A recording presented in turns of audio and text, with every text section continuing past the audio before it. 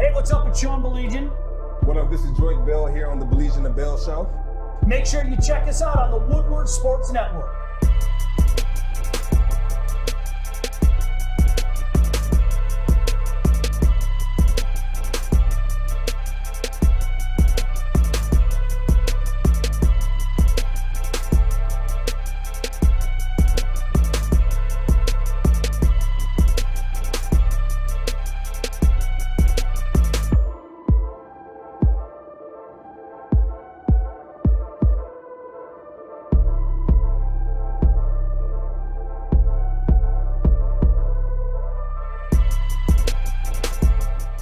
So how is your morning going? Oh boy! Hey, yeah, real quick, have you ever seen like wrestling lately, like with Money in the Bank? Yeah. I feel like this was me just running in with the Money in the Bank briefcase, just cashing in. Like I'm cashing in, I'm filling in right now. Is there a way we can rewind? I wish we could rewind. Like, you see the video stream right now. By the way, good morning, everybody. So glad you could join us on Woodward Sports. We have a lot of fun around here, but I think you guys know we're going to let you into the inner sanctum for a second, okay? Listen, this is new. This is new to pretty much all of us, okay? And there are so many moving parts. So about Corey with a K, a minute and a half ago, okay? Fish is racing back and forth in here. And if you think I'm exaggerating, I'm not. I saw this blue streak. He's got his blue sweater on, right? Yep. I might start calling him the blue streak instead of Fish now, okay? So I'm not joking. And put on the fish cam for a second. Let's go to the aquarium. So there's Fish. There he is, okay? So there is this blue streak that's just racing in front, back and forth in front of me, okay? So we look on the monitor. We have monitors in here. And you can see the monitor. There I am. Hi, Sean. There's Corey with a K. Hi, Corey with a K. But Corey with a K wasn't there. Like now a minute and 48 seconds ago.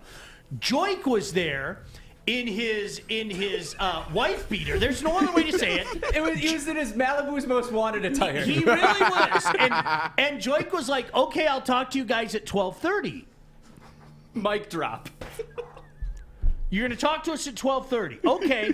Then, out of nowhere, Corey comes racing. I can see Corey way in the background, racing down the hall, and he comes in, and I go, seriously, this is a conversation. I go, oh, hey, Corey, are you doing the show today? And he goes, I guess so.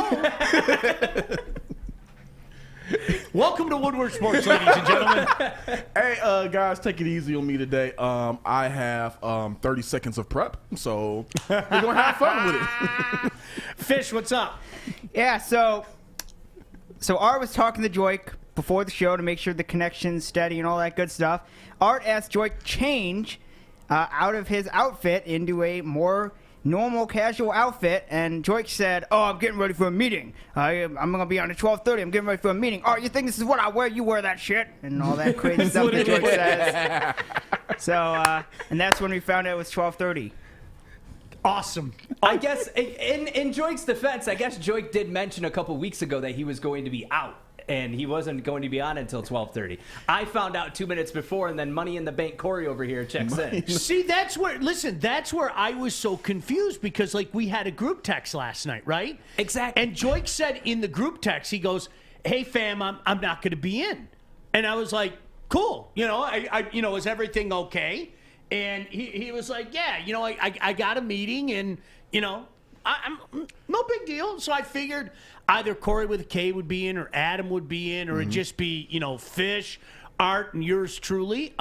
So here we are. And then Kennedy, he said, hey, Corey, are you going to be on tomorrow? I said, no. I didn't hear anything. And then she said, Joiuqe's not going to be in tomorrow. So I said, okay, let me reach out. I reached out, and they said, no, you're going to just doing the morning show. Joiuqe's going to be on. And I'm like, okay, cool. So I'm gonna. Art and I were talking. We can share the conversation that we've had, like before we went on the air. Art and I were talking about this. Okay, so the lack of continuity. I'm gonna go ahead and apologize. I had scheduled a trip down to Florida a year ago, right? Everyone's leaving. Literally, a year ago, I had scheduled a trip down to Florida. So, like, when this all came about, I told Chad and Tim, I go, listen, guys, like, the third week of March, I'm not going to be here. No problem, no problem. Well, then, as you may or may not know, I got back from the trip from Florida, and I thought I brought an unwanted visitor with me, but they tell me that we had contracted COVID before we went to Florida. So then I was out for a week. Art was out for a week. And we were like finally excited. We're finally all going to be reunited. No. Like this. Psych. Would it be Woodward Sports, though, if it was just like No. everything was fine? That's the beauty of it. I mean, really, that's the beauty of this place is on a day-to-day basis. I don't know. And then it was funny because like Corey, I completely forgot. I kind of had a busy week and everything, and somebody said to me this morning, they were like, "Hey, are you going to be in tonight?" Oh God! Don't even start about that. Am I going to be in tonight? What is there something going on? And they looked at me like I shot their dog or something. I go, what? We're having like a big dinner and everything, and I was like, ah, crap, I forgot. No, I'm not going to be in tonight. So just one of those things. But thank you. The gray streak was here. The blue streak was here. And, like, I can't stress this to you guys enough. Running. Literally, Corey running in to come on the air. That shows you what type of human being he is. That's a window into his soul. And then the blue streak doing everything that the blue streak does. You know what I will say in Corey's defense? Corey did mention, he's like, hey, I'll probably find out 10 minutes before. Props to you because you found out literally a minute and a half before. And just comes in and clutch. It's amazing. It's amazing. Hey, I was in the middle of actually writing an article because I told Stick I had some writer's block and I finally worked through it and I was ready to get my Panay Sewell article. And then they're like, as I'm typing out the first couple of sentences of the paragraph, hey, you're on now. What the? So typical. So typical. Is that what you're doing tonight? You're doing it on a Sewell? I was doing the article on Sewell. Yeah. I was, I watched enough film because first off, I wanted to just kind of like make sure I wasn't regurgitating information. I was out there speaking in my own words, and I started to watch some stuff, and then I'm like, okay, I feel I watched enough to go ahead and get this article out. Now I'm gonna have to. I just hope I don't lose what I was thinking about. It was coming in great. Too late. I woke up. I'm like, oh, this is about to be fire. I got all of these one-liners and zingers and yeah. Dude, I'm glad you're in, though, because we're going to talk a lot of draft this morning. Okay. And it's funny. Scott Bischoff and I have been talking about Sewell for months now. Mm-hmm. Even before Woodward Sports existed, Scott and I used to do some things with the Lions radio network before they moved home. They moved to a different home and everything. But Scott and I have been talking about Sewell for a long time. We've done our draft show in different incarnations, whether it be podcast or on the radio or now here on Woodward Sports for a long time now. So he made me aware of Sewell like last year. And you can understand, and I'm intrigued to hear your thoughts on this. You can understand why there's a lot of hype about this kid. The sky's the limit for him. He's a big boy. Yeah. I mean, y'all saw it just being a line. He's a big boy. Like I said, I'm still was really in the infant stages of the research. I feel like I got enough, but I mean, he's like 6'6", well, like 330 pounds. I mean, he's great hands, quick on his feet. I feel like he will be a great fit for the Lions. I know that Deuce Staley or Anthony Lynn, I believe one of them said that the offensive line was one of the strong points already of the offense, but of the whole team. The offensive line was one of their strongest units. But I believe when you get a guy like Sewell and you have a quarterback like Jared Goff, you want to be able to protect your asset. And I believe grabbing Sewell, if he falls down to you, he's just a guy you cannot miss on. You know what I mean? I mean to use a line that both Scott and I have been saying for about 5 months over Sewell. If he falls to 7, you don't walk to the podium, you run to the podium. Yeah. You take that guy. You worry about the configuration later. We'll get into that. But Corey, they have a lot of nice pieces already. They have some still budding pieces that I'll pick your brain about as well. Lynn, I gotta answer this very quickly. I didn't get into this yesterday. Lynn asked, and I meant to get into it yesterday. I didn't, but Lynn asked, Sean, did you have the barbecue on Saturday? We did. We had a wonderful time. It was much needed for yours truly. It was one of those things. I get it. Let's see. Mike came over. Easy came over. Tim McCullum came over. To the rest of my friends at Woodward, listen, guys, I get it. You have lives. You have lives, families, everything. We'll try to do it again in the summer where a bunch of guys can come over. But I had a bunch of friends come over, some buddies in the media and everything. And we did, let's see, a 17-pound prime brisket. We did whole chickens. We did turkey legs. I did 6 racks of ribs. And we did about 30 pounds of wings. I wanted to say, too, that I totally would have been there, but obviously the COVID had gotten me down and everything, and I was extremely jealous to know that not only Fish was there, but Fish's dad was there. Yes. The big fish. I did mention that yesterday. They came before the food was served, so it was too bad because I was like, guys, if you wait just an hour, the ribs will be done. Because it's funny when you do big things like this. You got to remember, I've been calling this like a trial run to a bigger one we're going to do later. You have to try to time things out. So what I wanted to time out is we wanted, for the early arriving crowd that came at like 12:30, we wanted to have a few racks of ribs done, and we wanted to have, you got the first crack at that big, beautiful prime brisket. And I told Fish and his father, I said, guys, like an hour. And they were like, nah, we got to get going. We just wanted to stop by and show some love. Fish, it was a pleasure to meet your father. What a great dude. Really, it was a great dude. It was a pleasure to meet him. I appreciate that. Yeah, we were in the area at 10:30. We just decided, hey, let's stop by. His house is like 5 minutes away, right down the street. So, nice. Yeah, nice Saturday Lynn morning. said, this makes my heart happy. I know cooking is therapeutic for you and to be surrounded by your friends. It was funny because some of the people, not only here on staff at Woodward Sports, but some of my buddies had said to me, well, I didn't know you were going to do it because your father had just passed. My dad passed Wednesday night.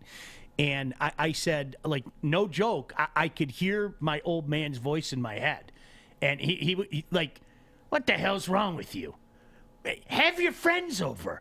Cook some food. Like, honestly, I could hear my dad saying that. And that's point blank. That's why I went back to work on Friday as well.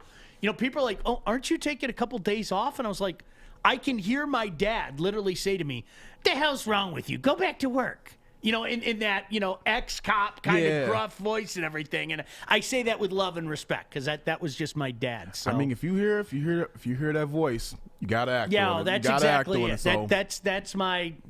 That's my old man. Trust me. He the hell's wrong with you? I just wish I would have been there. I actually, for people who don't know, when I'm not here, I'm a photographer. So I was doing engagement shoots and graduation photos the entire day. Turned out some of my best work I've ever done. Good for you, dude. No, Corey, I've got a bone to pick with you about that, and we could talk about it after the break. Oh, yeah. I'm All upset. right, we're going to talk about what the Lions are doing at 7 as well, because, guys, point blank, we don't have a freaking clue, and I, for one, love it. I love it.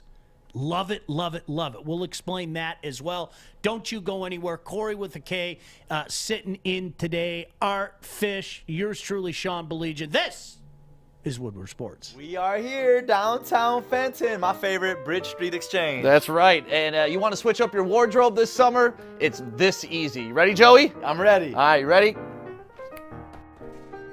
I like it. You want to do it again? Yeah, let's do it again. All right. Ooh, Brixton. Nice. One more time? Yes. Ooh, I like the hat on this one, too. You ready to do it one more time, Joey? I'm getting tired. One last one. All right, let's change it. Bro, where's your shirt? You need new clothes this summer. Bridge Street Exchange in Fenton. That's where you need to go. Thank you, guys. Hi. Welcome back. So glad you could join us here, Woodward Sports. Corey with a K. Today I'm Money in the Bank Woods. Money in the Bank Woods. There's no doubt about that. The multi-talented Corey with a K, I might add, who was in the process of doing a article that, well, quite frankly, we're talking about right now. Save your good stuff for the article, Okay. right? We want to drive. I'll just tease a couple of tidbits. We want to drive some content. It's interesting. So many people have said this. I see Brian on there, one of our Facebook viewers, Dion. Defense or offense? Dion said, let's go with Penny Sewell. Here's the thing, and I said this right before the break, and I'm going to say it again. I have no idea what the Lions are doing. None. I'm not going to sit here and pretend. I'm not going to sit here and say that I've heard anything, because you know what? We haven't heard anything. And that's the way it should be. That is absolutely, positively the way it should be. Mm-hmm. The Lions are in a unique position right now, Corey, okay? They are admitting, really for the first time in my lifetime, okay, I'm serious. If you guys can think of another example of this, by all means tell me. But for the first time in my lifetime, do you know what the Lions are saying? They're not verbalizing it, but they're saying it just the same. We suck. We suck. We have a talent problem. We need to load up on as much talent as we possibly can. We need to get as many draft picks as we possibly can. And again, they're not saying it, but what they are saying is we're not going to be good for a couple of years because of this. We're going to do it the right way. We're going to build. We're going to draft. We're going to make decisions in a few years when rookie contracts are up, whether or not we can. Just adding to the magic of today, ladies and gentlemen, Adam. This is just one of those days. It's beautiful. I love this place. Adam is literally, God bless you, Adam. Bear crawl. You know what? We don't talk enough about Adam around here, all right? Adam does everything. He doesn't sleep, okay? You just nailed it. He's doing a bear crawl. He was literally doing a bear crawl. He's down here fixing things behind the scenes so nobody can see him. The man is down on his fours doing a bear crawl. I love this place. I love everybody in this place. There are no rules today. It's beautiful. This is so off the rails, but I love it. Oh, it's awesome. Thank you for the kind words as well, Martez. But no, really, I want you guys, and Corey, I'm glad to hear you clap. This is where we are as a fan base. We are totally in a rebuilding phase right now, man. I'm just glad to see it as a lifelong Lions fan. One thing that you've consistently see them do is put Band-Aids on problems, on big problems. Like, why are you trying to put a Band-Aid on it? It's okay, if you got a little cut, okay, cool, put a Band-Aid on it. The Lions have a gash. It's been an open gash, an open wound for decades, and they're trying to put gauze. They're trying to put not even the gauze, just the little strips, the kids' Band-Aids on there, and trying to fix the problem. Right now, they said, "All right, look, we got a gash. We got to go to surgery. We got to go to surgery. We got to clean up the problem, then stitch it back up, and then go back out there." That's exactly what they're doing, and props to them. What they did was they said, "All right, look, 12 years of Stafford, it's not working. Quinn Tricia, it's not working. We're not even going to give you guys until the end of the year. We're just going to cut bait right now and say, hey, we got to blow this whole thing up. We're going to bring in a Dan Campbell, give him a 6-year contract. Why? Because we know this is not going to be a 3 or 4 year process. This is going to probably take every year of those 6. I love what they're doing. They're not insulting the fan base. They're letting you know, hey, we're going to start this totally different, from a different perspective than you've ever seen. And the thing about it is, I'm cool with that. You're not trying to play me like I'm stupid. You're talking down to me at the level. And that's all the Lions fans really want. We know the team sucks. Just don't insult our intelligence like, oh, we're doing this and we're going to be great. No, Dan Campbell and Sheila Ford said this is going to be a process. Amen. Well said. And you know, the only thing that I would add to that, Corey, and I think you said it perfectly, but in years gone by, I would bash my head against the cement wall when they went 5-11. Okay, you know what? This year, I'm not going to do it. I'm not. When the Lions go, well, not 5-11, 5-12, or 6-11, as it were, I'm not going to bash my head against the wall. Why? Because of exactly what Corey just said. This is a process. This is going to be a process. And I get it. There are always going to be fans. And Corey, I'm sure you hear from them, and we got them, you know, whether you're watching on YouTube or you're watching on Facebook, there are always going to be the fans that say, this is my team. This team's going to surprise. You wait. They're going to go 10-7 or 11-6 or whatever the hell it may be. And I'm not trying to piss on your parade. I'm not, all right? But I understand where this franchise is, and I think deep down inside you do too. Yeah. I mean, just they're going to be a bad team come up this year. They're going to be a bad team.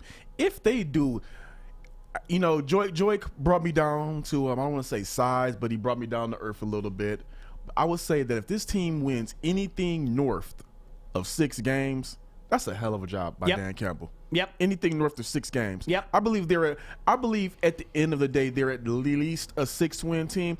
I go as far as 7th just to say that I think that they could upset the Rams when they play them. I just think it's just one of those games where Stafford may have high emotions, whereas Jared Goff may be pissed with a chip on his shoulder and might be able to sneak that one out. But I believe they're at least a 6-win team. I love the fact that so far with free agency, they didn't kid us or kid themselves into locking into long-term contracts that of guys that are not going to produce wins right now, going out and just going and rebuilding through the draft. It's really nothing really bad I can say about the Lions right now outside of the fact they didn't change the jerseys. What's up, Art? When you see the changes that are being made on the coaching side, how long does that take into effect where it actually turns into a positive record? I think that's a great question because you know what Dan Campbell, I've heard him say, and he said it adamantly. Kyle Meinke does a great job, as you know, Corey, with MLive, and he made reference to this. Dan Campbell went out of his way to say, I can guarantee you one thing, the players that we have this year are going to be better after this year. That's why we put the coaching staff together that we put together. And you know what? I think there's validity to that. And it's interesting because Dan Campbell isn't a guy that's been here. But think of all the guys in the last few years, Corey, that the Lions have drafted where you said, ooh, I like this guy. Now, I get that right now maybe he can't be what we hope he eventually becomes. But you know what? This might be our starting safety in 2 years. This might be our starting left tackle in 2 years. Yeah. None of them have developed.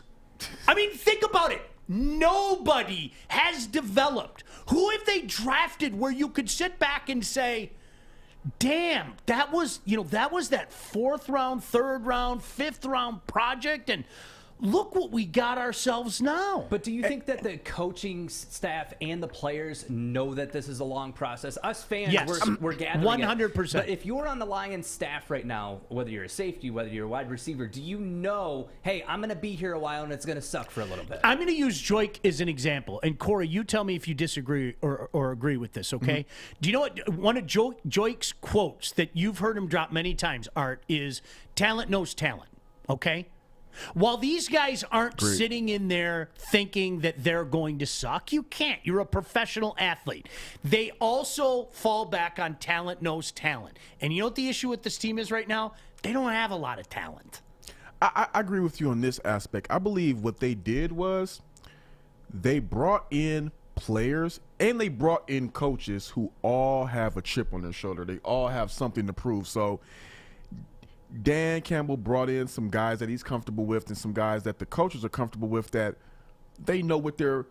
I think Dan Campbell said it in the press conferences. It's not necessarily that he brought in players that he knows their strengths, but he brought in players where he knows their weaknesses. Yeah, good point. And I like that a lot. He knows where they're weakest, so they're bringing in guys who are going to fit the mentality and mold of a product he wants to put on the field in his first year as the Lions coach. And you know what? I'm with that. I believe that he has a coaching staff right now in place that they all want to prove that they belong. And Anthony Lynn does not want to stay an offensive coordinator. You know he wants to get back and get another head coaching job. Aaron Glenn, he was up. He was up in the conversation. I don't want to say he was actually going to get one of the jobs, but he was in the conversation of being a head coach somewhere. You know he wants to go ahead and improve his name. Just imagine look what he did with the Saints secondary. If he does even half that job with the Lions defense, somebody's going to come calling him for a head coaching job. Deuce Staley. What can you say about Deuce Staley? He should be the head coach of the Philadelphia Eagles right now, if we're being honest. But Dan Campbell said he doesn't think Deuce Staley is going to be around long. They have something to work with. Guys that are hungry as well, that are looking for, perhaps that next gig that are going to give you everything you got. You got to love that. Hey, listen, we got to take a quick break. We want to get to some of your comments. There have been some fantastic comments on here. I think a majority of Lion fans are on the same page right now. You're always going to get the guys that are, yay, this team's going to surprise. I'm not, listen, God bless you. If that's the way you want to live your life. And I'm going to tell you as well, I hope that you're right, but you're not going to be. All right, Corey with a K in this morning. I'm Sean Baligian. Want to tell you about our friends at Hall Financial. D. Hall has been taking care of people for years. Great dude as well. I've had an opportunity to hang out with him in the past. When is the last time you checked your interest rate? If it's over 3%, then you need to call Hall Financial for a free 5-minute mortgage checkup and tell them Woodward Sports sent you. Hall Financial is fast, and they do all the heavy lifting for you. So go to davidhallmortgage.com now to get started. Hall Financial, lower payments, better options, more personal attention. Corey and I are chatty catties this morning. We will get to some of these mock drafts because they have the Lions doing a little bit of everything this morning. I do love what Peter Schrager said, and I'm not a Peter Schrager fan. Just let the record show. But I thought he had a great point this morning, and we'll share that with you as well. So glad you could join us. It is a Tuesday morning right here on Woodward Sports. I'm looking to bring on another HVAC tech right now. We are recruiting 5 to 10 techs a month. We're looking to grow and expand. Every new tech we hire is from Northwestern Tech. The hands-on training is fantastic. They're always my first call. We love hiring Northwestern Tech grads. They come out trained and ready to work. Our program is only 10.5 months, and our next classes are starting soon. So why wait? I'm looking to hire a graduate of Northwestern Tech. Northwestern Tech. Northwestern Tech. Northwestern Tech. I love what Adam said here on Facebook because I don't think Adam and I have ever had this conversation, but his logic reminds me of what I was thinking last year when they drafted Jeff Okudah. Now, Corey, I don't know about you. I'm not mailing it in on Jeff Okudah at all. I think the kid's going to be a fine player. All right, I don't want this to be about Jeff Okudah. Jeff Okudah was put in a near impossible scenario last year. Lose-lose situation. I mean, in every regard, okay? But Adam said, can't sit here and defend the organization when they blatantly sabotaged the draft last year by forcing Patricia and Quinn to, quote, win now, even though they apparently knew the team wasn't good enough. Drafting Jeff Okudah set this team back at least a couple of years, and I'm serious when I say this. And again, this is not about Jeff Okudah, but let's think about this logically, okay? They're in a win-now mode. Tell me how a rookie cornerback who is on an island, who, if you ask guys who played the game, is one of the most difficult positions to walk into as a rookie. Tell me how that guy is going to help you win even one more game. I'll wait. You know what? It's not even about, for me, it's not even about winning now. It's about in the best interest of the franchise moving forward. Long term, and this is not revisionist history. I was saying get Justin Herbert. I was on board with it. I liked him as a QB. I'm not going to say I loved him. I liked what I saw on tape. But I was always hey, trade out of the pick or just go ahead and draft the best QB available. That was just my approach to it, because when you draft a corner, I'm going to say it again. I sound like a broken record, but I'm going to say it so many times. When you draft a cornerback at number 3, Not number 7, number 8, number 9, number 10. When you draft a cornerback at number 3, you're telling me that this guy is going to be Deion Sanders or Charles Woodson. Obviously, he was not that. I don't think that when you have guys coaching for their coaching or general managing for their job, you don't let them be in charge with a pick that can change the landscape of your franchise. That is what a third rounder does. I mean, third overall pick does. Now, granted, Sheila Ford Hamp was not in charge during that time. Her mom, it was Mama Ford. They gave her crack, and she stepped in, and she's doing it. So let's see.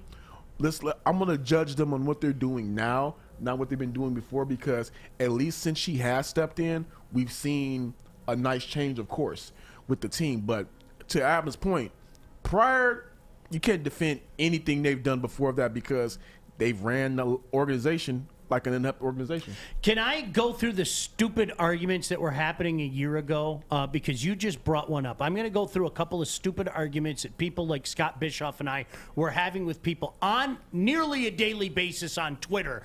And you know how it is in this business. Yeah. Corey, I'm sure you found this out. Boy, they never let you forget it when you're wrong, but you never hear from them again when you're right. Never. Quite. Ever. Fish, what's up? We have a caller, actually. We have Pete, who this morning told us about the Hooters in Macomb County that closed. This is the last Hooters in Macomb County, so he gave us breaking news. He doesn't have breaking news this time, but he does have Lions NFL draft talk. All right. Well, why don't we go to Pete once again at 313-552-6322. Pete, good morning. So glad you could join us on Woodward Sports. Hey, Sean. How are you, sir? Tremendous. How about yourself, Pete? Okay. Good. A couple of things. I want to give my condolences to you, Sean, about your dad. Thank you. I lost mine in 2008, and that sucks. I know.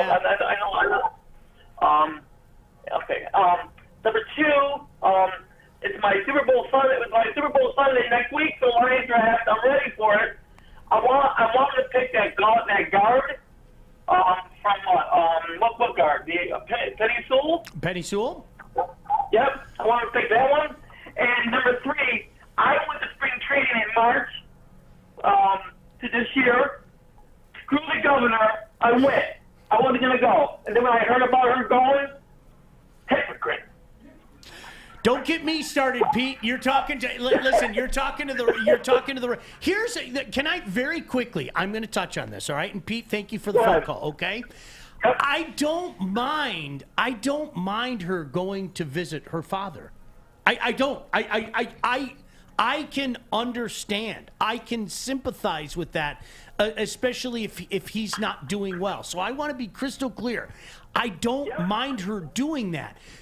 But when you are consistently telling others not to do what you are doing, people like you and I are going to say, hey, what the hell? And I would hope that's not political. You know, everything today is political.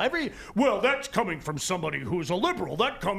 No, that should be a human being thing, okay? Mm-hmm. Don't tell me not to do something that you did yourself. And I think that's been one of my many issues during the past year, to be sure. And I appreciate the phone call, Pete. Call in anytime, sir. Thank you. Yeah, I will. You know, I'll touch on that real quick. You know, all prayers. Hopefully that with her ill father, everything goes well. But you can't really say that your reasoning for doing something is more important than another person's reasoning. I mean, it's one of those it's a slippery slope, and you just can't do that in your position. It's like, hey, you know what? You want to go to Florida, but my reason for going to Florida is a little bit more important than yours. Well, how do you know that? You don't know me. Yeah, some people could be. Everybody's not going to Florida just to go crazy. Some people could be going for the same exact reason. So, I mean, She's got a lot on her plate right now. In my radio life, I have my Woodward Sports life and I have my radio life, and I oftentimes do a radio show. And 8 months ago, I got killed by people on the air because I was one of those people that said these lockdowns are stupid. This is a virus. You cannot play hide and seek with a virus. Okay? What's a virus? Oh, rats, nobody's here to infect. So I guess I'll just go across Lake Michigan and infect people in Illinois. So people got really, really mad at me months ago when I said that. How's it look right now? How's it look right when you see states around us, when you see other states that didn't have the draconian lockdown measures? How'd that look? And Art, even this came up a couple months ago, and people, if you remember, you told me, you're like, oh, people are going crazy on you. And I said, listen, if you want to turn this into a political issue, you could. That's on you, okay? I'm just telling you today, as a human being, how'd the lockdowns work out for Michigan? Well, and I'll even say, too, like, I'll be completely transparent and honest. I had COVID. My kids got COVID, and my wife got COVID. It sucked. I hated it. I had pneumonia. I got pimples all over my face from steroids now. It sucked. But you know what? I would never encourage our government to lock everyone down because of that. Because like you said, science has proven you can't beat a virus. You just can't. So, you know, we're in this situation now to where numbers are crazy. It sucks. You know, you and I have talked, Sean, many times. Wear a mask and do yourself. And you know what? You can do everything right and you can still get it. Exactly. Period. I mean, that's the sad reality. I want to get back to the Lions, though. Pete, thank you for the phone call. Chris said, Okudah was the worst secret ever. I like quiet better. Will we trade down select best player available? No one knows. Amen to you, my friend. Everybody and their brother on draft day last year knew exactly what the Lions were going to do. And this year, Corey, I said this earlier, it bears. I have no flipping clue what they're going to do. I don't know if they're going to stay at 7. And that's the way it should be. Like last year, the Lions walked in. Okay, let's look at the draft. You know, everybody gets there. You know, they find their numbers out. Cool. It was simple. What that was for the Lions, they found out they were drafting 3rd. But here's what the Lions did. It was like they were at a poker game, and the dealer passed out all the cards, and the Lions got their cards and showed it to everybody at the table. Yep. This is what we're doing. Can you beat us? That's exactly what they're doing. I like the fact that I don't know, because you know what that means? None of the other GMs know too. And that means now the Lions are able to really kind of make or break their own destiny in this draft. Hey, maybe we can trade up. Maybe we can trade down and acquire more picks. You don't really know, and that's how it should be. Because they are really, even though teams are talking about moving up and moving down or whatever, the Lions are still in a prime position to make something happen. And Absolutely. I like it. Love it. And we're going to get into some of that. I mean, just a slew of rumors out there and some mock drafting, as we said, only 9 days away. I promise you that we will get to it when we come back, including a name that if you've been watching the draft show, unfortunately we had to take a couple weeks off, but we're going to do another draft show this week. If you've been watching the draft show, Scott and I have mentioned a name that suddenly is being bantied about quite a bit, and we'll tell you who that is when we come back. Art, very quickly, if I have the opportunity, I'd like to tell everybody about our friends at Northwestern Tech. Are you looking to start a new career in an industry that is always essential, the heating and cooling industry? Well, you know there's always going to be a need, and you can learn more today by visiting northwesterntech.edu. So glad you could join us on a Tuesday morning. He's Corey with K. I'm Sean Baligian. This is Woodward Sports.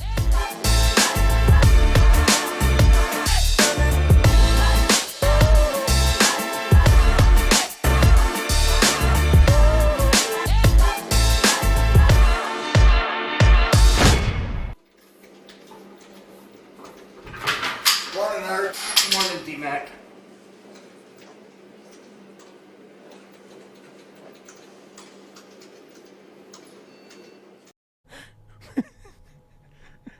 I'm going somewhere with this.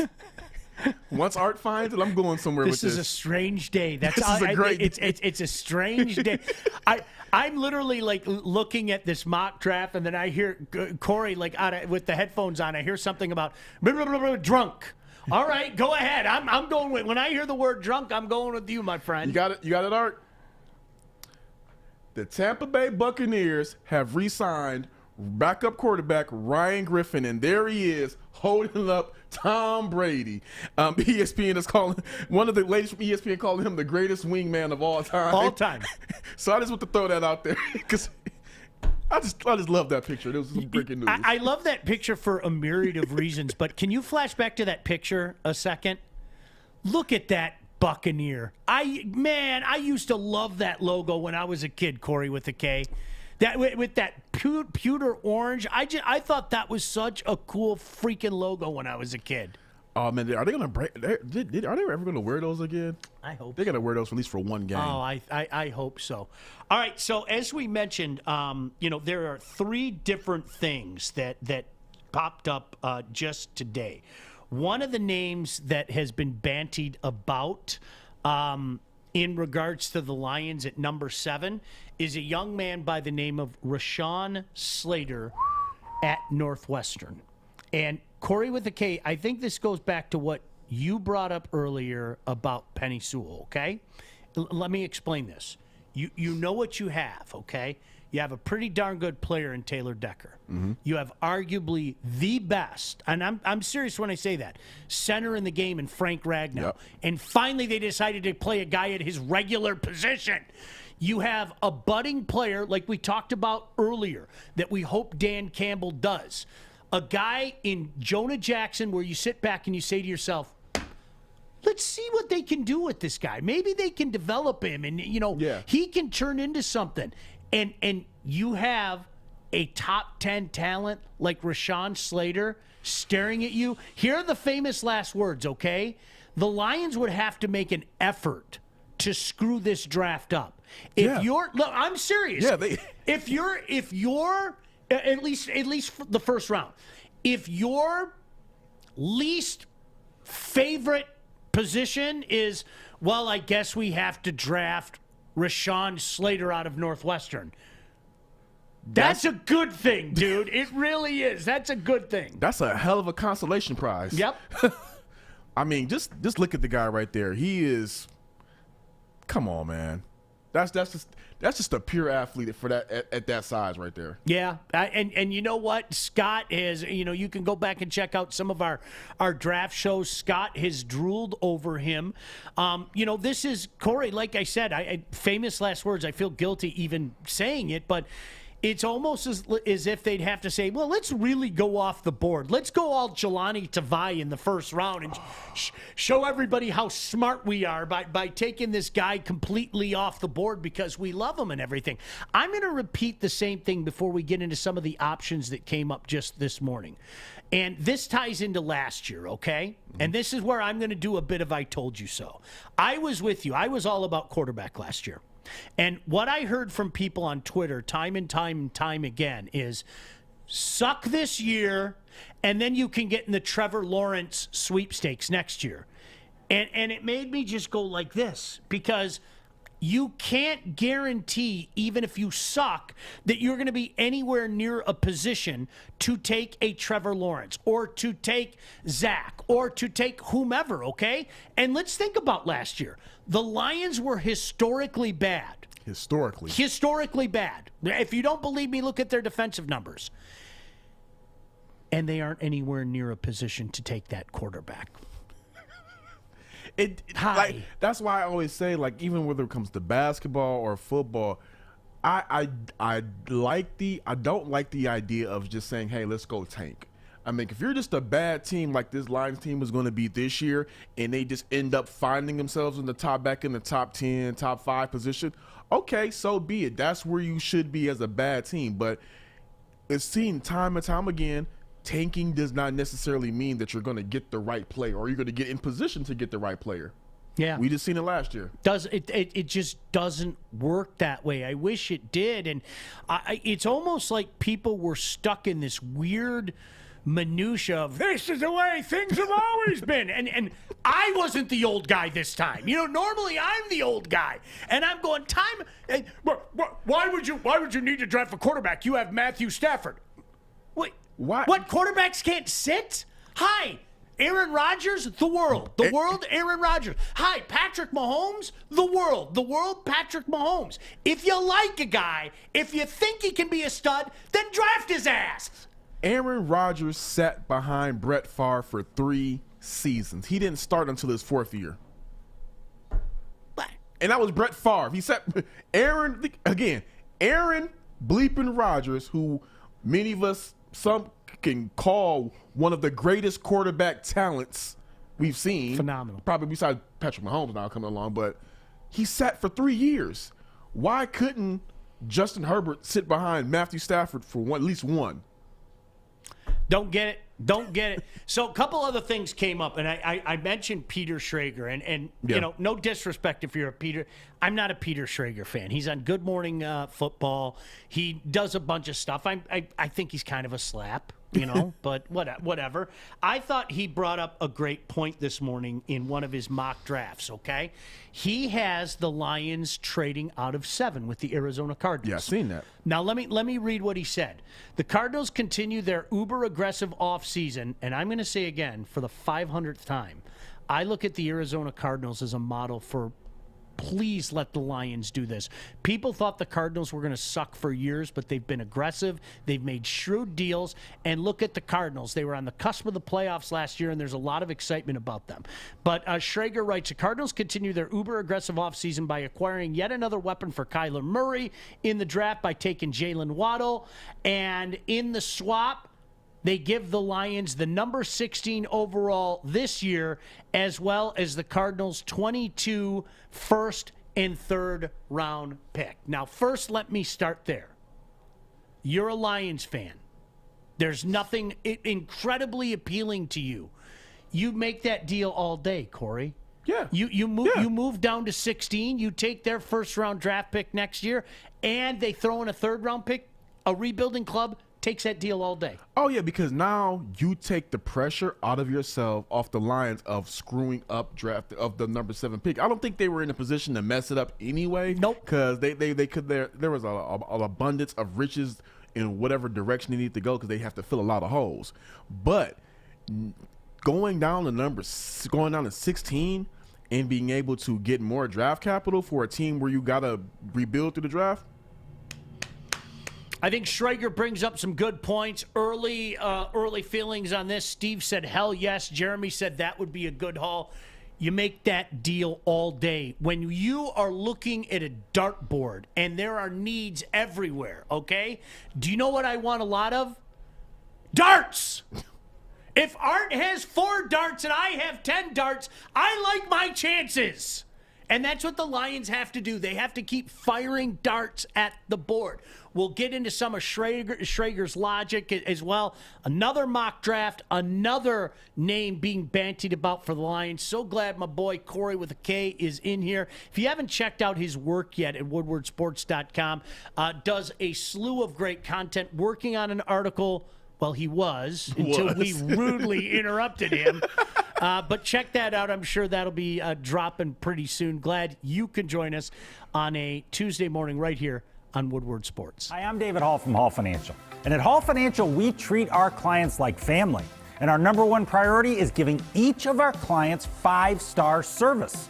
Our passion for 5-star service, combined with our expertise, allows us to find the best possible solution for refinancing your home loan. We take the time to focus on both the individual and the numbers. We're going to walk you through the process and close your loan in half the time of our competition. Go to davidhallmortgage.com today. Well, hi, how are you? Glad you could join us again here on Woodward Sports. Sorry I had to lose the coat. It got a little warm. Yeah, I think wearing a hoodie right now is a bad idea for me. I'm smoldering in here. Steve said, make a deal like that, I'd be smiling like the butcher's dog. He said, Sean's line. Yeah. Shane said, new staff has a few years, so more picks, the merrier. Chris said, I love darts. Hey, you want a bunch of darts? Throw them at the board.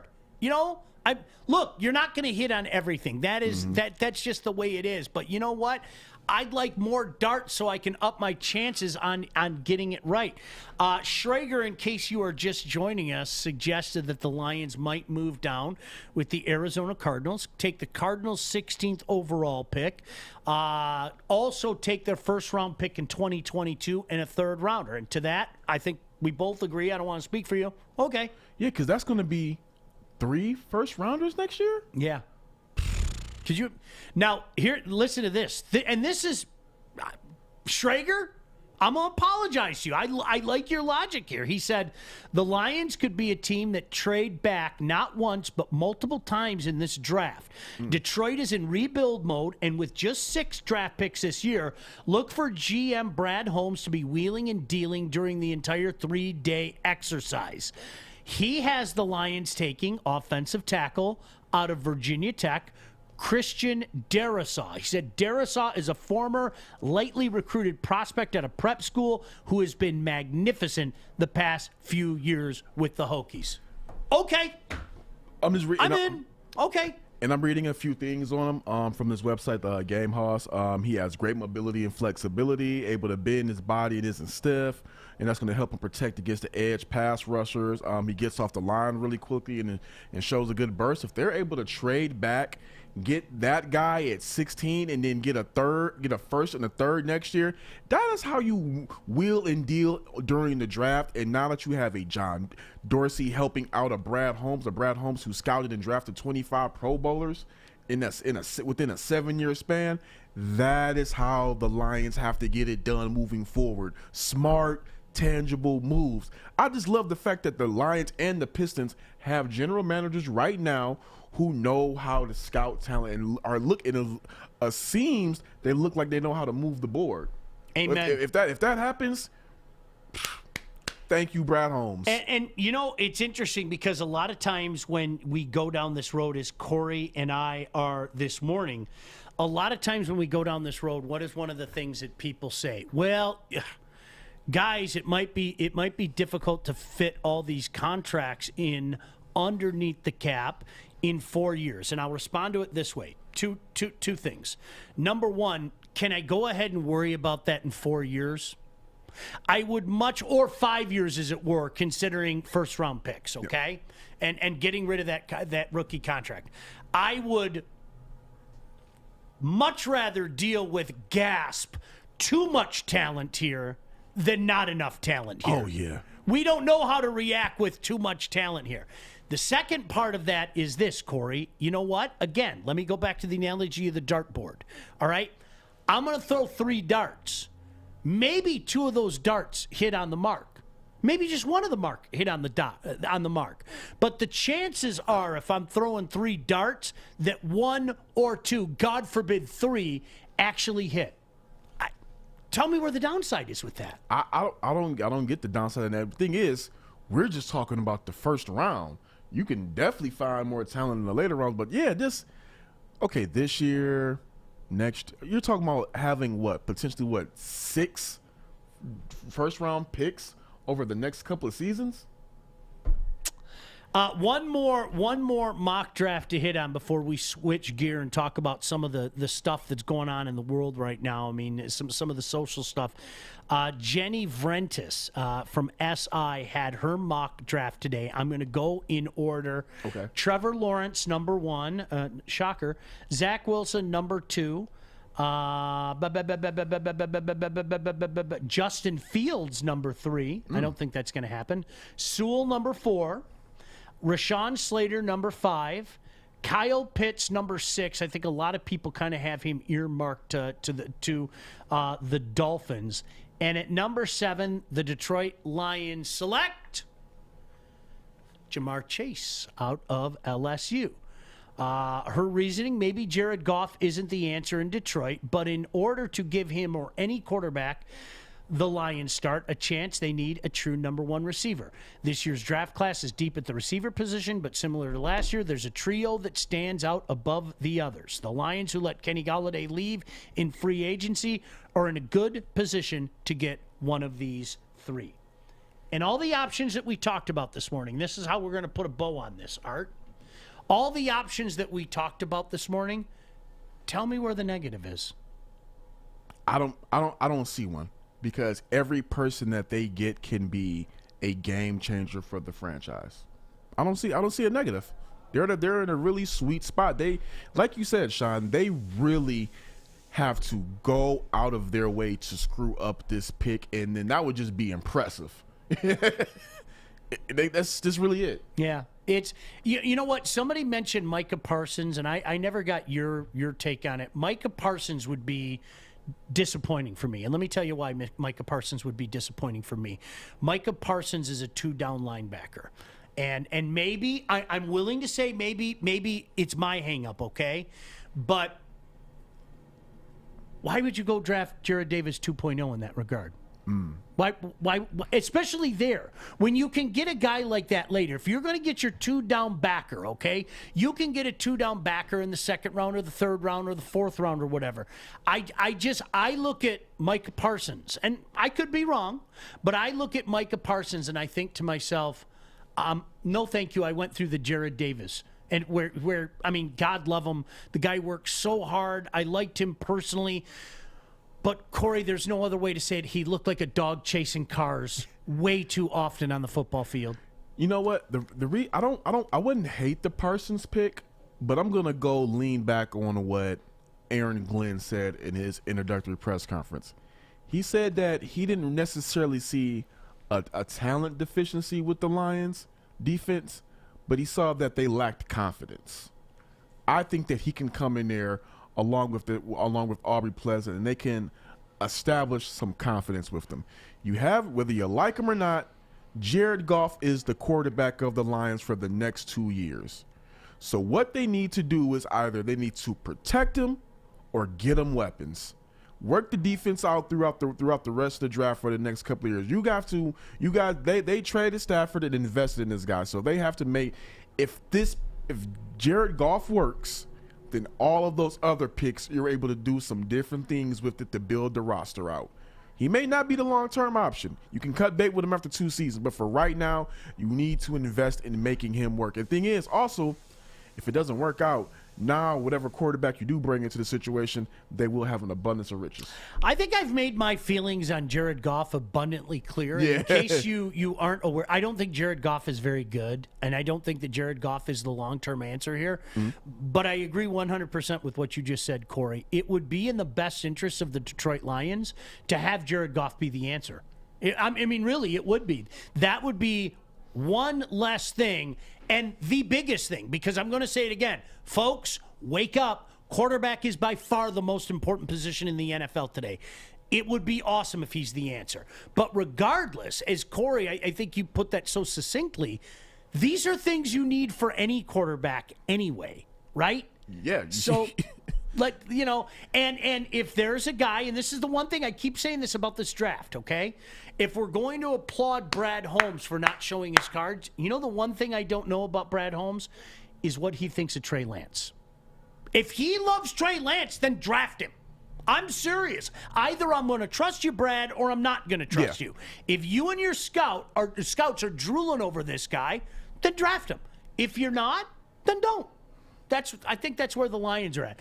I'm intrigued to get your take on everything that's going on socially right now, and especially with police officers. Adam Toledo, just the latest name, and it's so sad that these names become household names, unfortunately, with what's going on in the world right now. We're going to talk a little bit about that, get Corey's take on it as well. Art, you want me to do my bookie? That's okay. You know, I did a good job reading his lips, and then I had to go and ruin it by, verbalizing, hey, would you like me to talk about my bookie?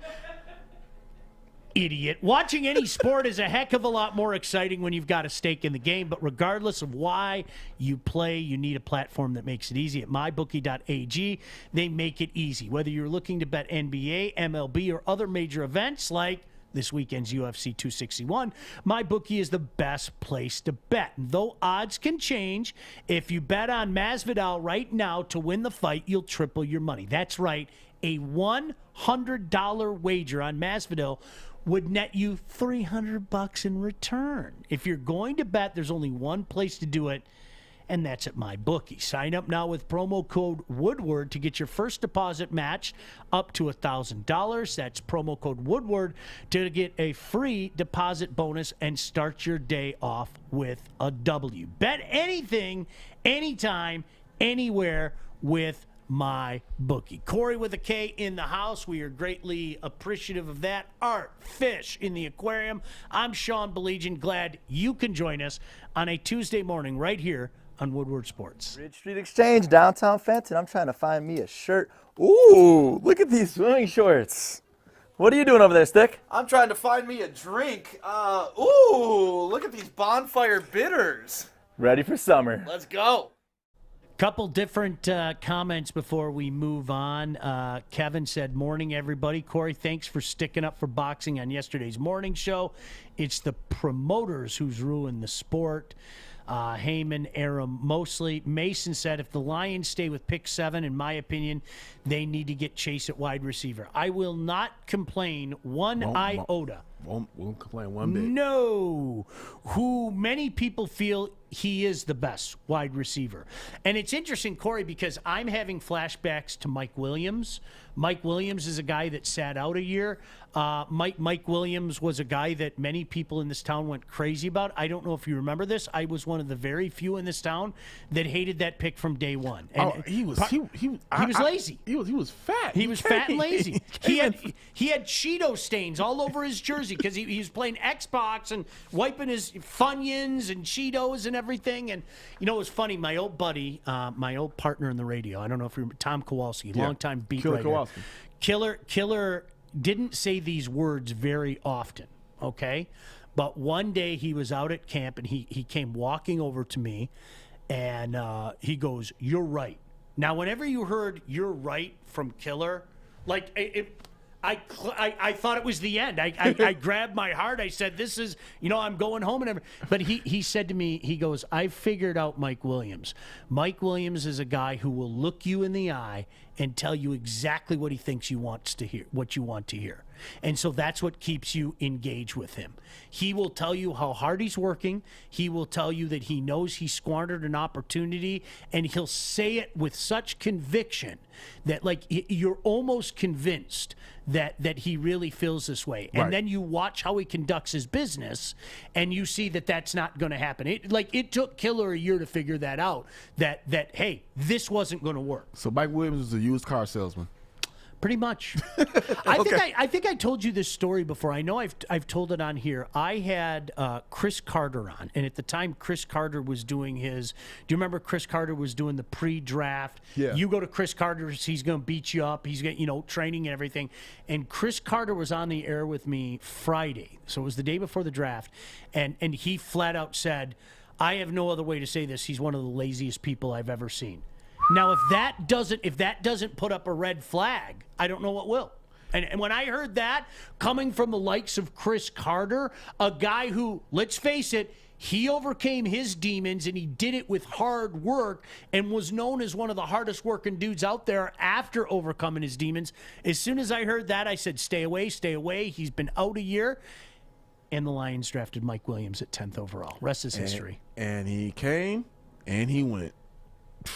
Such a depressing thing. I will say this, just in Jamar Chase's defense, he don't look like Mike Williams. No. He at least has that going for him. And that's why I'll reiterate, Corey. I'm jaded about other things. Like I mentioned the Micah Parsons thing. Yeah. I'm kind of jaded about that because Jared Davis is fresh in my rearview mirror. The Mike Williams things, I think they're two entirely different things. No doubt about that. By the way, Chris said Chef Curry is on fire right now in the NBA. It is unbelievable. Yeah, he's performing at a crazy clip right now. No doubt about it. Hey, I want to get your take on the and this is getting serious because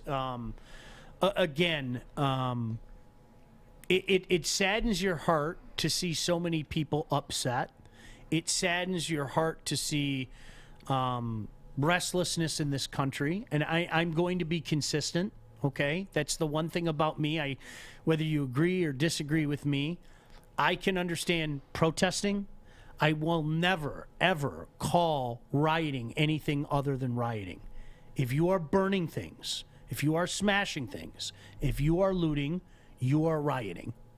I don't care if you're at the Capitol. I don't care if you're in Minnesota. I don't care if you're in Detroit. I don't care where you are. all right? You are. You're breaking the law. You're rioting. No matter what the situation is, and I understand that there's a lot of pain out there. I fully understand that. But, Corey, this has been a strange year for so many different reasons, but unfortunately that's been a big part of our last year is some of these cases with young men, more often than not young black men, and having these confrontations with police officers that end in death. And it's just heartbreaking. It's heartbreaking to me. Yeah, this is it's wild for it to happen in the past 2 weeks during the Derek Chauvin murder trial from him murdering George Floyd. And he's a murderer. Can I say that he's a murderer? He's a murderer. Derek Chauvin is a murderer. Ask any police officer that. My late father was a police officer, in case you did not know that. The first thing that my dad said is, yeah, he murdered that guy. First thing he said. It's murder.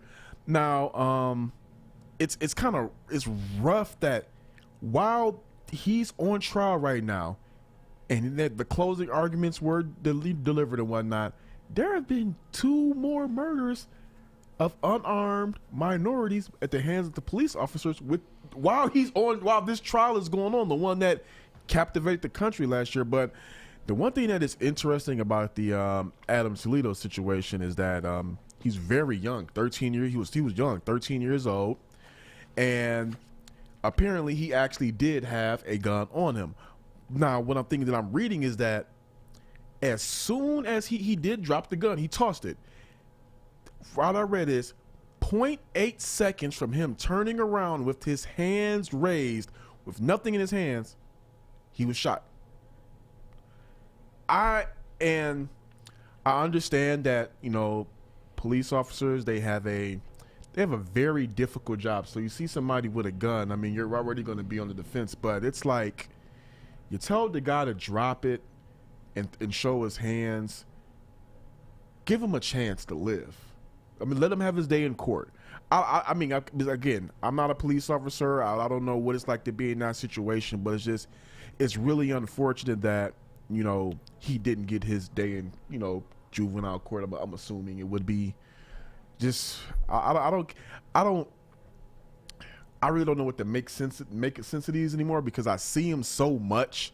I see him happen so much that I'm almost, hate to say it, becoming desensitized to it, because I'm becoming used to. I don't want to be used to it. You're right. But it's just like I'm becoming used to seeing these at least 2-3 times a year. I'm a big fan of talking about things like this. And let me tell you why I'm a big fan of talking about things like this, because I think we as a society are very guilty of lumping everything in, whether it be a group of people, whether it be a race, whether it be a gender.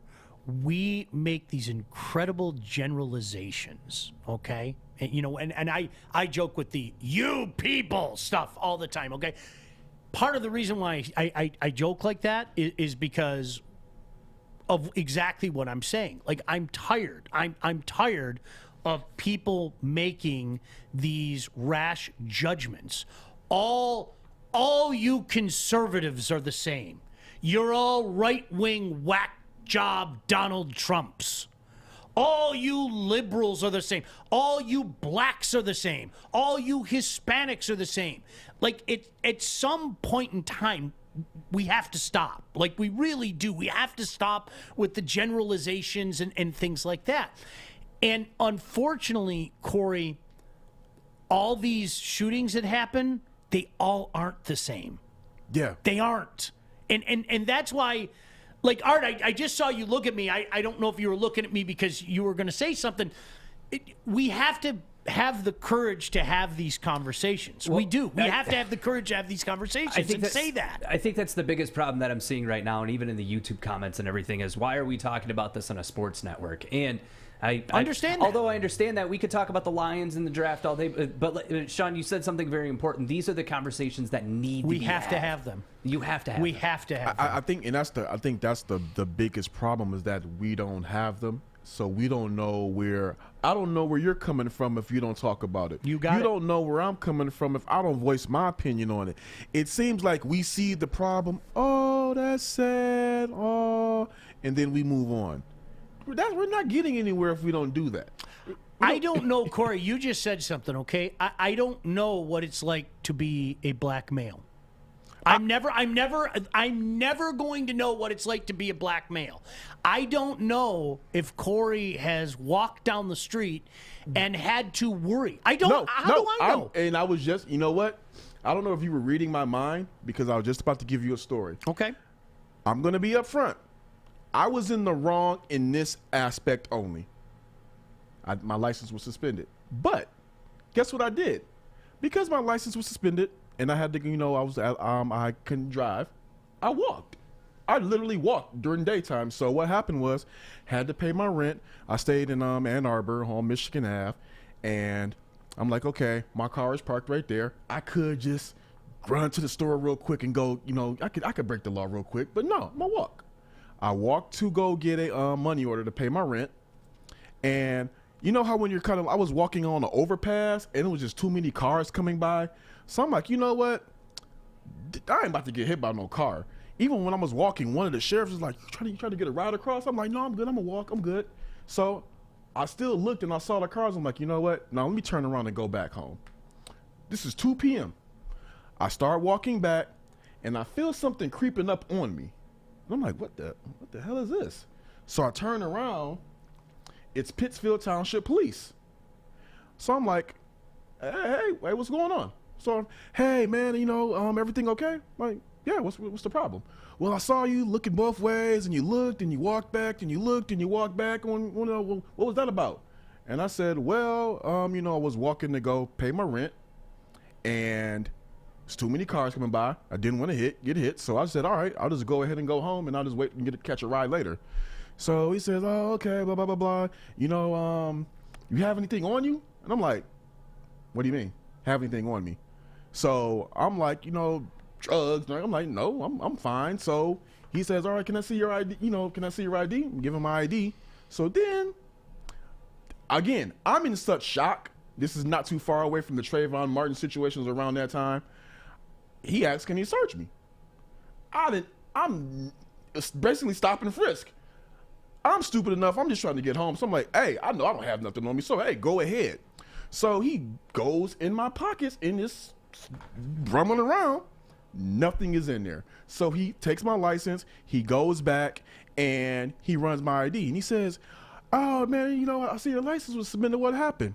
Yeah, something happened. I forgot to pay a ticket. They suspended my license for 30 days. So I'm complying with the law and walking.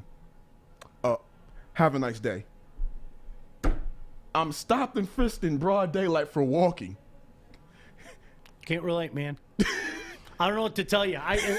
Honestly, I can't relate, and that's why when things like this happen, instead of grouping them all into the same thing, I think it's important to talk about each one of them individually, because you brought up the Adam Toledo situation, and you know what? I'm going to take the officer's perspective here. Okay. All right. You have this kid. I don't know if he's 13 years old. You have this kid running down an alleyway. A kid who was running for whatever reason that didn't comply with any of the things that you said to him. And as you said, in 0.8 seconds, I have to decide if this is somebody who's going to open fire with a semi-automatic weapon at me or at the surroundings and hurt, spray. Yeah. Okay? You have 0.8 seconds to make a decision. And as the police chief of Chicago said, they are actually instructed to fire twice in that fight or flight situation, and he fired one time. And this is where, again, I don't know what's right, I don't know what's wrong. You guys can decide. But when we have these conversations, I hope that somebody might go, that's a good point. I wonder what I would do in that position. And this is where, to me, this is just one man's opinion. You can yell at me, you can agree, you can disagree. This isn't George Floyd, where any human being can look at that situation and go, Derek Chauvin is a murderer, okay? This is something entirely different. But today what we do is we group them all into one. Yeah, and that's what's interesting. And that's why I was like, with this one is like, it's sad. I'm not going to say it's not sad because it is sad. A young kid lost his life. But at the same time, it's like there is a gun. So I don't know how I'm not. It's really tough. It's such a slippery slope. It's just like in this situation, and even though a life was lost, I don't have the same outrage that I did with a Trayvon Martin or a George Floyd.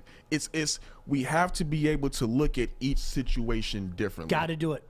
So in answer to the people out there that maybe said something on YouTube, and I don't blame you. I'm point blank, you know what? I'm a stick to sports guy. I'm not going to lie to you. I'm a stick to sports guy. I don't want people pontificating during my game. I don't. You know, you're allowed to do whatever you want. I'm allowed to tell you I'm a stick to sports guy. In my opinion, and I'm glad that we had this conversation, Corey. In my opinion, we have to have conversations like this. Yeah. We have to. As weird as it may be, we have to have conversations like this. And I think I want to touch on something Kevin James said. It was an interesting comment. I think if the media would show all the other races being shot and killed, it would have the very least let the country see that other people are being shot by the police too. I don't know if that's insensitive. It's not meant to be that way. What I will say about that is I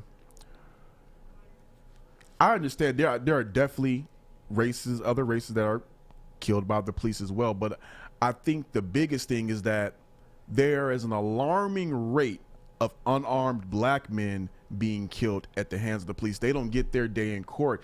A lot of times you see other races. There's video, just like there's video out there of several black men being killed at the police. There are videos out there of other races having these interactions with the police, and they get to have their day in court. So you can be some of these guys, they may have broken the law or whatever, but let them have their day in court. The police should not be the judge and jury in some of these instances, like Derek Chauvin on George Floyd.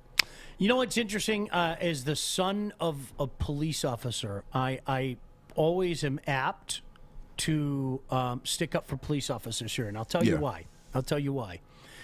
There are bad police officers like Derek Chauvin, okay? But let's go back to the beginning of this very conversation. I'm not going to paint with a broad brush. Yeah. For every Derek Chauvin, there are people like Chief James Craig, who I've had a chance to talk to many times. Great guy. Just a wonderful man. He really is. He's a wonderful man.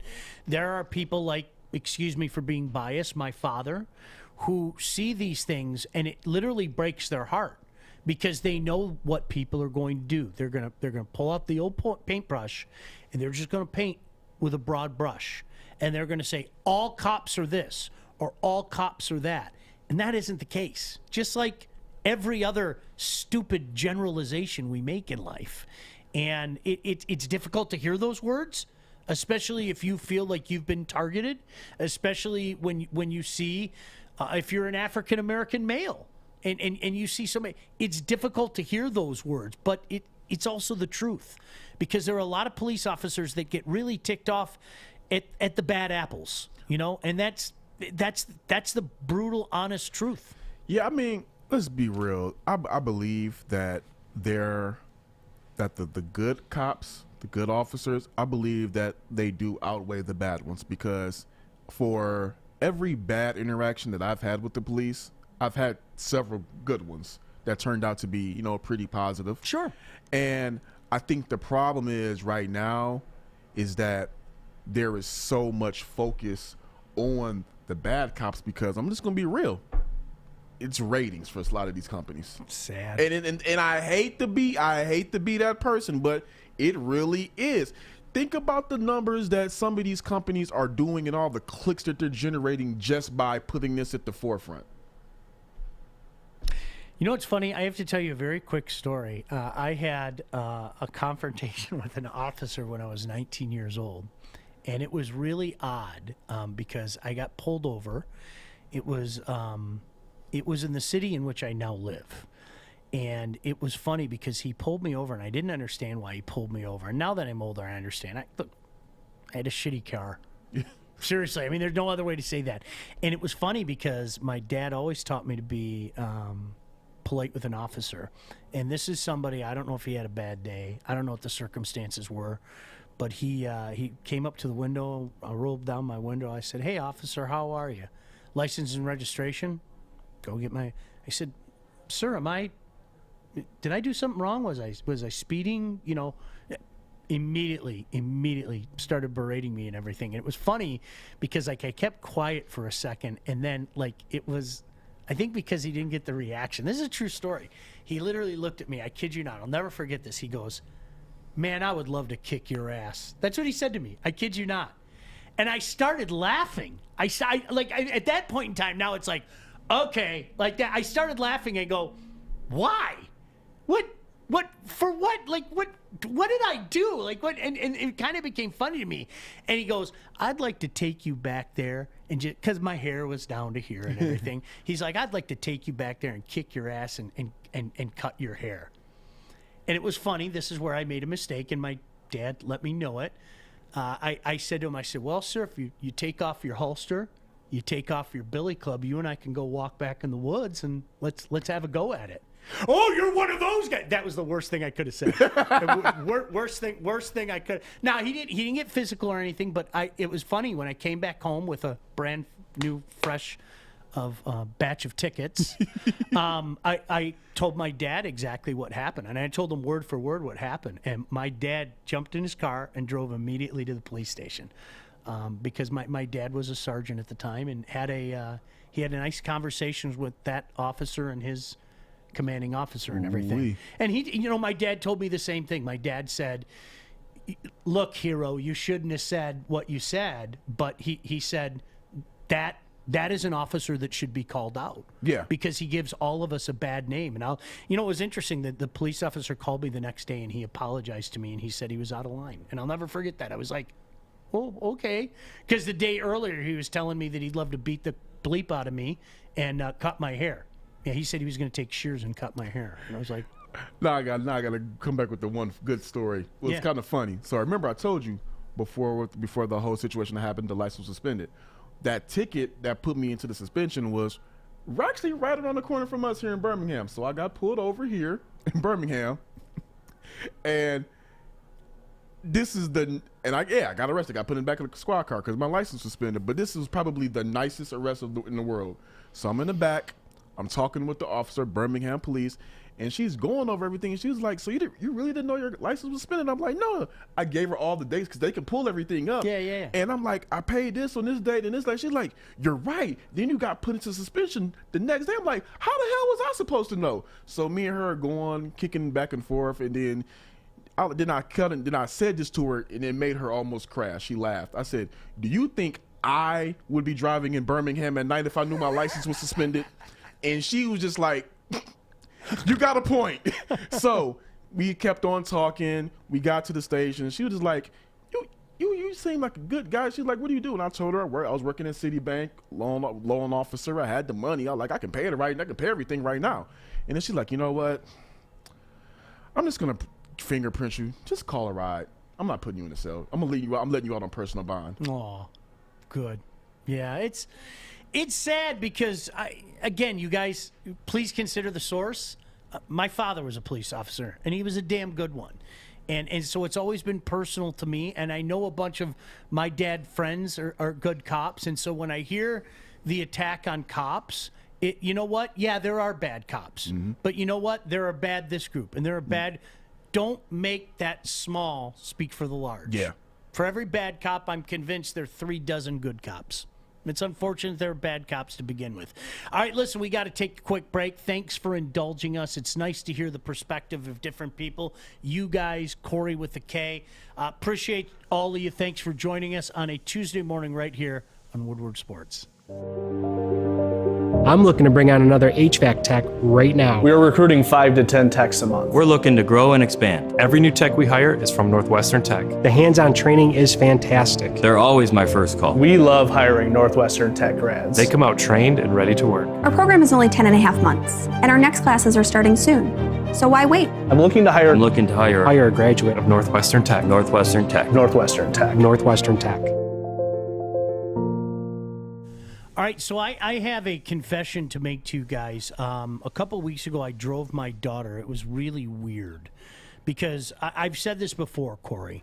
There's a difference between your son and your daughter. There just is, okay? Yeah. Your son's your boy. Yeah, my boy. Your daughter's your princess. My daughter, my little princess, was at a party at a dorm at a local college.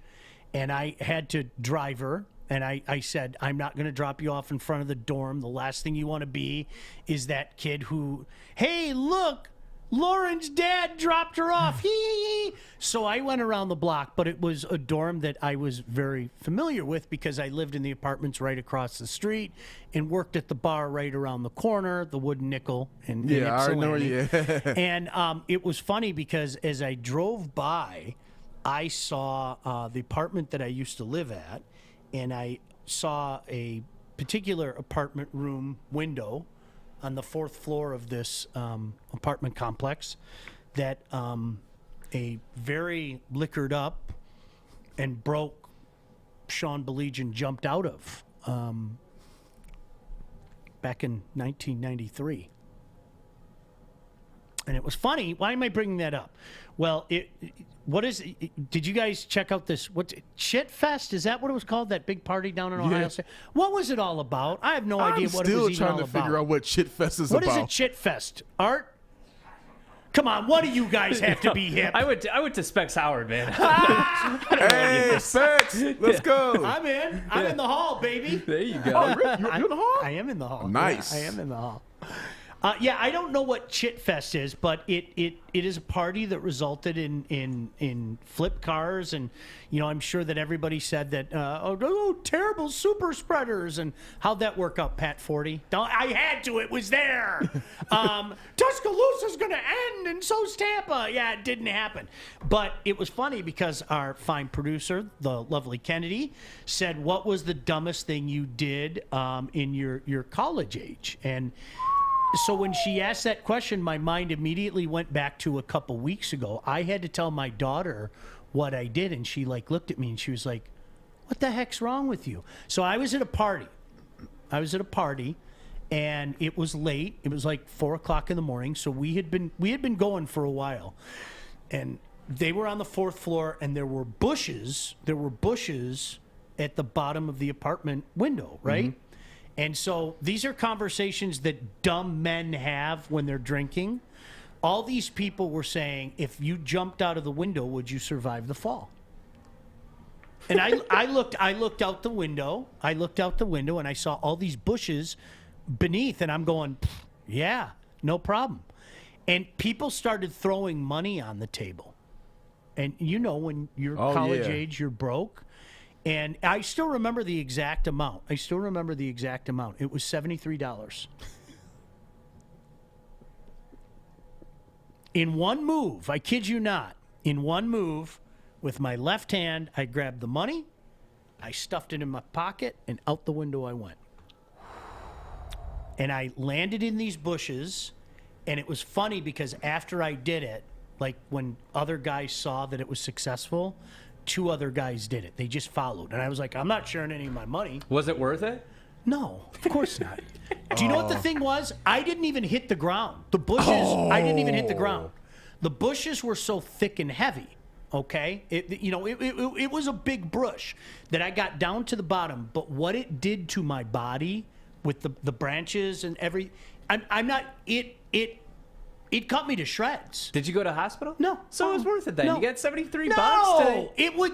But I want you to think about this. I want somebody takes a branch and systematically cuts you all over your body.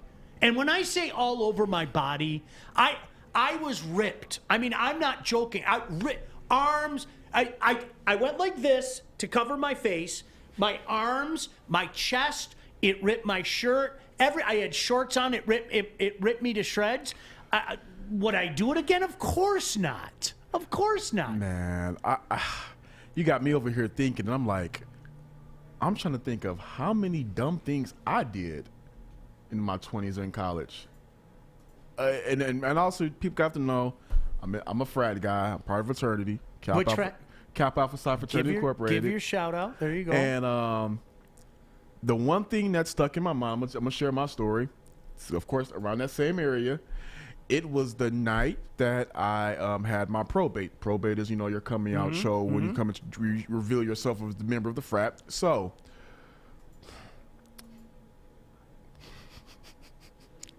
all right. So after after the show, we have the after party. Everybody's coming to congratulate you, and everybody's going to be drinking. So one of my fraternity brothers has this styrofoam cup. I want to say it's 16 ounces maybe. He pours it full of rum, and he says, "Shoot it." Shoot it.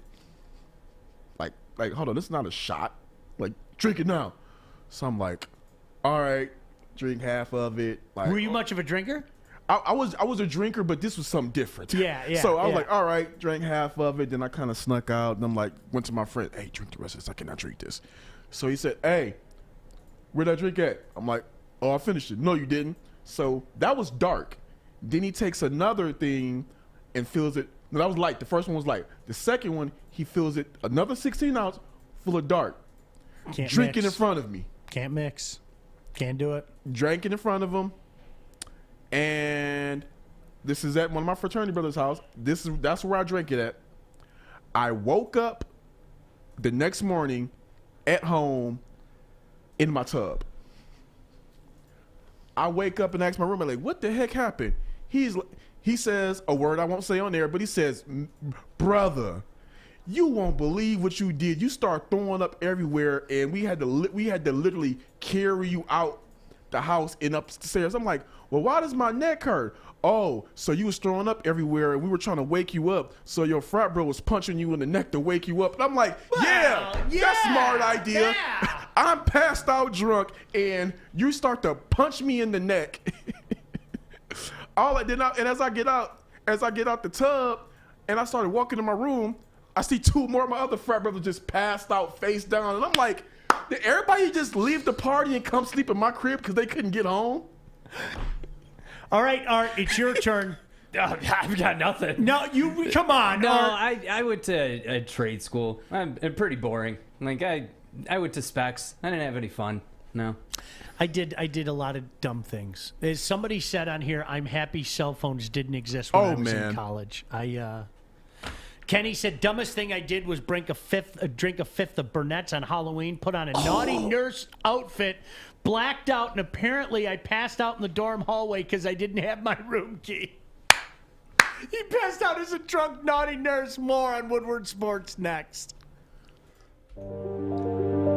I'm looking to bring on another HVAC tech right now. We are recruiting 5 to 10 techs a month. We're looking to grow and expand. Every new tech we hire is from Northwestern Tech. The hands-on training is fantastic. They're always my first call. We love hiring Northwestern Tech grads. They come out trained and ready to work. Our program is only 10.5 months, and our next classes are starting soon. So why wait? I'm looking to hire a graduate of Northwestern Tech. Northwestern Tech. Northwestern Tech. Northwestern Tech. My mic off during the commercial break. I got Joiuqe texting me to turn my mic off. He said he hears you. This is great. This is awesome. Fish, let the fun begin again. Let the fun begin. All right, Joiuqe Bell, everybody. There he is. What are we doing? This is all I hear. Hey, we're gonna go to Shot and Joiuqe when we come back. Hey, Fish, get it ready. Turn your mic off during the commercial. Oh, rookie move. There's no rules today. Oh, man. Hi, pal. How are you? What's up, man? Perfect what up, timing. Doe? Yeah, absolutely. Hey, Joiuqe lost more weight. Yeah, I'm just saying. I just noticed his face was like. Isn't it like you can see it in all of us? Like you can see. Art, how many did you drop? Tell Joiuqe to get closer to the camera. Tell him we need to see his beautiful face. You tell Joiuqe to get closer to the camera. Joiuqe, can you hear me? If you can, please get close. Oh, yeah. That is what a male model looks like, ladies and gentlemen. Too much. That is a handsome fella right there is what that is. It's about time you saw one of those today. Hey, real quick, I'm just going to say this about Kenny. Anybody who drinks Burnett still, or anytime you get what you deserve, including me. Yeah, that's exactly. Ask Joiuqe, does Joiuqe have any crazy Wayne State story? I feel like he's not a big drinker. No, he doesn't drink. I know that. Joiuqe, Joiuqe doesn't drink. But it's crazy stories from Wayne State. But he never went there. All right. I have a lot of good stories, but I can't say them on the air. I'm not about to open up more cases, but we have some. So there's nothing you can share. I'll give you one story. And so, Corey, you may remember this. You remember when they used to have Fade the Funk? Oh man, yeah, that was a big thing. That was a huge thing. So, Sean, Sean doesn't know what Fade the Funk is. Do you know what that is? Hell no. Okay, so Fade the Funk is like this big concert that they have at MSU. They used to have it once a year. It was always like around like what, March or April? Yeah, it was like one of those. It was literally you have to be there. Okay. Yeah, it was like, it could have been like in December. I can't remember when it was, but I remember they had it, and I had a friend who went to school there. I went to high school with. I had a crush on her, and I told her I was coming up to Fade the Funk. She was like, "Cool, come up." And so I went up there, and me and all my teammates went up. Like it was about 5 or 6 of us in this little small Honda-sized car. It was so small. But we packed up in there. We get down there. We go to the concert. I think they had like T-Pain this particular year, and like a lot more, like a few more artists. And so we go there. We have a good time. The concert ends, and they have the after party. So we go to the after party, and so we leave the after party, and then we head to Hubbard. Everybody goes to Hubbard dorms. I don't know why Hubbard's so popular, but everybody went to Hubbard. There's like a big crowd outside Hubbard, and my friend lives somewhere over like in that area, and so I thought I was gonna stay the night with her, but she's like, "Yeah, we about to head out." My teammates were about to leave, and so I said, "Listen, I'm gonna stay here. I'm just gonna stay with her." And so when they leave, she was actually heading to an after party, another after party, and so my boys are gone. She went to the after party, and I was outside this dorm. I had to be like a freshman or sophomore. I think I was a freshman. And it's about 4 a.m. My phone's dead. I got my charger. I can't charge it. And I'm stuck outside this dorm. I can't get in. And this is the most randomest thing that has probably ever happened to me. I see a person walking up to the dorm with a bag of laundry. And as they get closer, I get a closer look at them. And they get like right up on me. And they were like, "Joiuqe?" And I said their name back to them. And obviously it was a girl. And so I said, "What are you doing here?" She said, "This is my dorm." She was like, "What happened?" I'm like, "My phone died. I can't call the boys." And so she said, "You can just come stay with me tonight." And so I just want to stay with her for the night. And charged my phone up, called my boys. My boys were already back in Detroit and left me because they couldn't get in touch with me. They left me in Lansing, bro. The homies left me in Lansing. Wow. So I called them. They were like, "Well, listen, Dante's still there." And Dante played. You remember Dante Dunn? Yeah, Sean? absolutely. Yep. So Dante Dunn, like, he was from Lansing. He like, "No, I'm still here." I said, "Listen, when you go back, I'm gonna need a ride. I'm at MSU." And he said, "I got you, bro. Don't worry about it. I'm leaving later tonight, so you can leave with me." So I ended up leaving with him. I got back to all my boys left me in Lansing. I'll never forget. They left me in Lansing. Left me in Lansing. Damn. Yeah, they did. You don't leave a man behind. You don't. Yeah, listen. I'm calling them out right now. You don't leave a man behind. I couldn't be mad because my phone was there and they was calling me, and I couldn't pick up. And so, well, there's that. Where I was. So when I called them back, they were gonna all hop in the car and come back and get me, but they didn't have to. It just everything worked out. So that's one crazy story. I have a few more. Yeah, we'll keep the PG ones. How's that? We'll keep. That was PG. Yeah. That's all I. Hey, how was the trip, by the way, man? You and your son have a great time? Beautiful. It was great. It was great. We actually just drove back. We drove back from Detroit back to Ben Harbor last night. We got back to Detroit yesterday morning, and then we drove back to Ben Harbor last night. Got back about 1 in the morning. But it was beautiful. I mean, the mountains, the nature, love it. The little village that we were staying in. It was beautiful. He loved it. I think he's addicted to skiing now. Now he wants to go. He's like, Dad, we gotta come back here. We have to come back. And I said, all right, son, we'll come back. But that is an expensive trip to go skiing. I didn't realize how expensive it was, so I went the first time. It is expensive. So now I have my gloves, I have my goggles, which I don't know why gloves are so expensive. Gloves are going for like $175 for some gloves. You know, so they just overcharge for everything. His goggles cost over $100. I'm like, sounds about right. You know, and goggles, and I got his goggles here in Michigan before we left. If I would have went there, $300-400. I have to tell you a funny story. I don't think I've ever told you this, Joiuqe, but since we're on the subject, when I say this close, I can't even hold my finger that close together.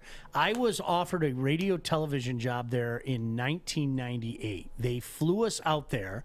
In Denver. And they flew us out there, wined and dined us. They even took us to the All-Star game, which was at Coors Field, right? We absolutely loved it. We went up to Pikes Peak. I loved it. Everything about it. It was like, I'll never forget, 4th of July, 1998, it was 101 degrees in Denver. It was 101 degrees in Denver. We jumped in the car, drove a half hour, and we were throwing snowballs at each other. Like that's how cool that area is for people that don't know. And it's funny because the last day they made an offer. I accepted the offer. I said, yeah, this is a great opportunity for a guy who's, 27 years old. By the time we flew back home, and I thank God every day this happened, by the way. By the time we flew back home, my wife, we had been married for not even a year yet, was like in tears. And she was like, I can't go. I can't leave my family. And, it was like one of those, you go chase your dream. I'll stay here. I'm like, if you're not going, I'm not going, But I was so pissed at first. But isn't it funny how life works? Yeah. I'm so glad that happened. Seriously, I wouldn't be here with all of you. You know what's funny, though? Imagine if a guy got drafted and then his girlfriend at the time like, no, I can't leave my family. Your dream. You just... All right. Peace. All right. Let it. That's great. Was a good run. Yeah, we had a good run. We had a good run. That's real. All right, I got my friend to take care of me now, honey. 8 Mile Vodka, as a matter of fact. I want to tell you a little bit about 8 Mile Vodka. Born in Detroit, distilled in single 90-liter batches to allow for the optimal quality control and care, then carbon filtered, aerated, and bottled at the perfect time to produce a subtle taste with a smooth finish and character all its own. Trust me, guys, this is an exceptional premium vodka. It can be chilled and enjoyed straight or mixed to create an exceptional cocktail. Now, I'm not a fan of the Moscow Mule myself, but I say this every time. My wife and my son swear by it. And yes, my son is 21. They swear by it. They love this. They said it makes the best mules. And I say this every time as well. My neighbor George owns 8 Mile. He is a great dude. So think of it this way. You're helping out one of us who's a great dude. Next time you're out, ask your bartender for an 8 Mile vodka or pick up a bottle at Meijer. And as always, drink responsibly. All right, when we come back, I want to get your take, Corey, your take, Joiuqe, on the NCAA coming out with the statement on transgender participation. So glad you could join us. It is a Tuesday afternoon right here on Woodward Sports. Hi, I'm David Hall from Hall Financial. And at Hall Financial, we treat our clients like family. And our number one priority is giving each of our clients 5-star service. Our passion for 5-star service, combined with our expertise, allows us to find the best possible solution for refinancing your home loan. We take the time to focus on both the individual and the numbers. We're going to walk you through the process and close your loan in half the time of our competition. Go to davidhallmortgage.com today. It never ends today. Off the rails Tuesday. Joiuqe, there he is. Hey, Joiuqe, Art, what's up? Why do you keep saying my name? Leave me alone, bro. During the commercials, you were gone. You can still hear me. Relax. Like, watch this. No, still hear don't me? do that. It gives me an anxiety attack every time you do that. Come back, please. Relax. You're like my mother. You know the funniest thing too, Joiuqe, I have to tell you. So you know Art gets all God bless you, Art, but you get all antsy in that booth, right? Yeah. There's 80, and today what makes it even funnier is Chad is sitting 5 feet behind him. That's why he's not talking today. He's just trying to. That's what's going on. I'm just here so I don't get fired. Watch, look. Here we go.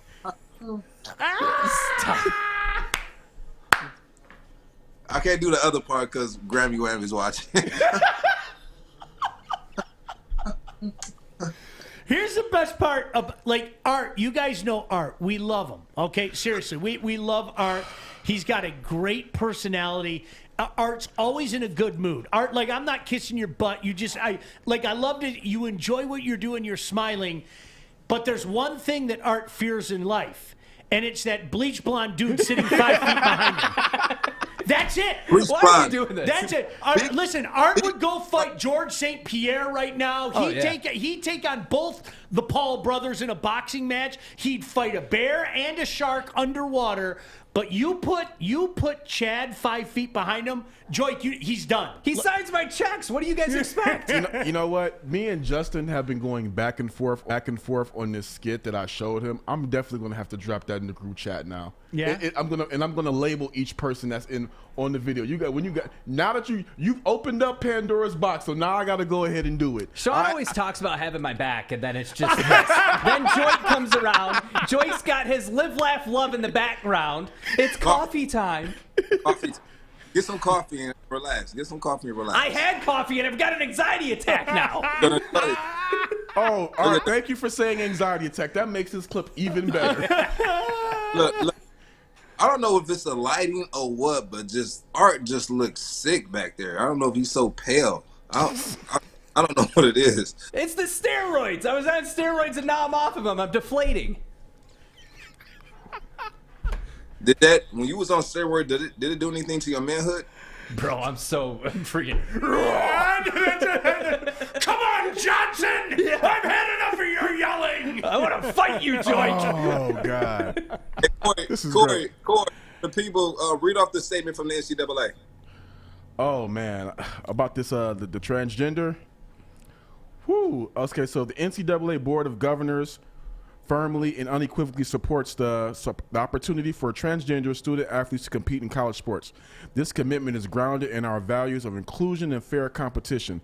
The NCAA has a long-standing policy that provides a more inclusive path for transgender participation in college sports. Our approach, which requires testosterone suppression for treatment for transgender women to compete in women's sports, embraces the evolving science on this issue and is anchored in participation policies on both the International Olympic Committee and the U.S. Olympic and Paralympic, I can't pronounce that word, committee. Inclusion and fairness can coexist for all student athletes, including transgender athletes at all levels of sport. Our clear expectation as the association's top governing body is that all student athletes will be treated with dignity and respect. We are committed to ensuring that NCAA championships are open for all who can earn their right to compete in them. When determining where championships are held, NCAA policy directs that only locations where hosts can commit to providing an environment that is safe, healthy, and free of discrimination should be selected. We will continue to closely monitor these situations to determine whether NCAA championships can be conducted in ways that are welcoming and respectful of all participants. So, what do you guys think? I'm intrigued as a college student athlete, Joiuqe. I'm intrigued. let's be real. That's only going to be for transgenders, guys who want to be girls, go playing girl sports. That's really only for them. I don't see any, I'm not saying girls can't play with guys. But I don't see a girl going from playing, being a girl and getting testosterone and then going to go play for Duke. I don't see that. I don't see that happening. I'm not saying it can't happen. I don't see that happening though. I think that's going to be more so for guys who, quote unquote, are transgenders who now consider themselves a female or a woman or a girl going down and playing at the girl level, which is that fair? I don't know. They look at the testosterone levels. How often do they do it? I don't know the science behind it. And then what about your teammates?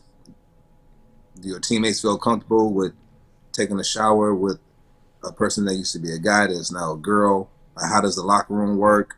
Like, how does that work? I don't. It's interesting because Joiuqe, I am the type of person, and I'm not. I hope you guys understand. I'm not making light of this. If Corey came in tomorrow and decided I'm not Corey anymore, my name is Corina, I would be the first person to call you Corina. Like I mean that. Art, for you or anybody else, I don't want to tell you how you should feel, what makes you comfortable. That's easy. Respect somebody. As the father of a daughter, and a daughter who played sports growing up, I have a problem with this. I do. I mean, there's no other way to say that. I respect that you are transitioning. I respect that you have decided that you want to be somebody else. I do. I those are not just words, okay? As the father of a daughter who was playing a couple different sports, I would have a problem with it. I would have a big problem with it. Period. I don't see it. And to each their own. That's your life, and I respect it. And those are things that you want to do in your life. But when it affects what's going on over here, like I don't want my daughter playing with. Not saying that I'm against it. But like being in the locker room and having to take showers and all of that, like, no, I don't. Now I understand like they can have their own showers. I think with like some of the girls who play football, they just play the girls. They play these girls, right? I don't. This is a slippery slope, man. It's a lot. I'm on the mindset of that, and Lynn kind of in the comments, she kind of alluded to it, like men are structurally built different. It's science. It's science. They're built different than women. So, you're a transgender. You need, even if you consider yourself a girl, you need to be playing with the guys. If you can make the team, you can make it. And that's period. Like, this is not even a discussion. Yep. We're looking at testosterone levels to see if you can go play with the girls. What? It's not fair because like guys can go get a sex change and say, I'm gonna go play in the WNBA. Just check out my testosterone level. Is that what we doing? Don't make sense to me, man. No, don't make sorry. Listen, if we're gonna do this, we need to get rid of the WNBA and just have the NBA. Just have the NBA. Now, if you good to play, I mean, Dave Chappelle said something, and it was one of his skits, and it makes sense. He was like, you have people arguing about, and I'm paraphrasing, about transgenders playing in men's sports, and he said, this might be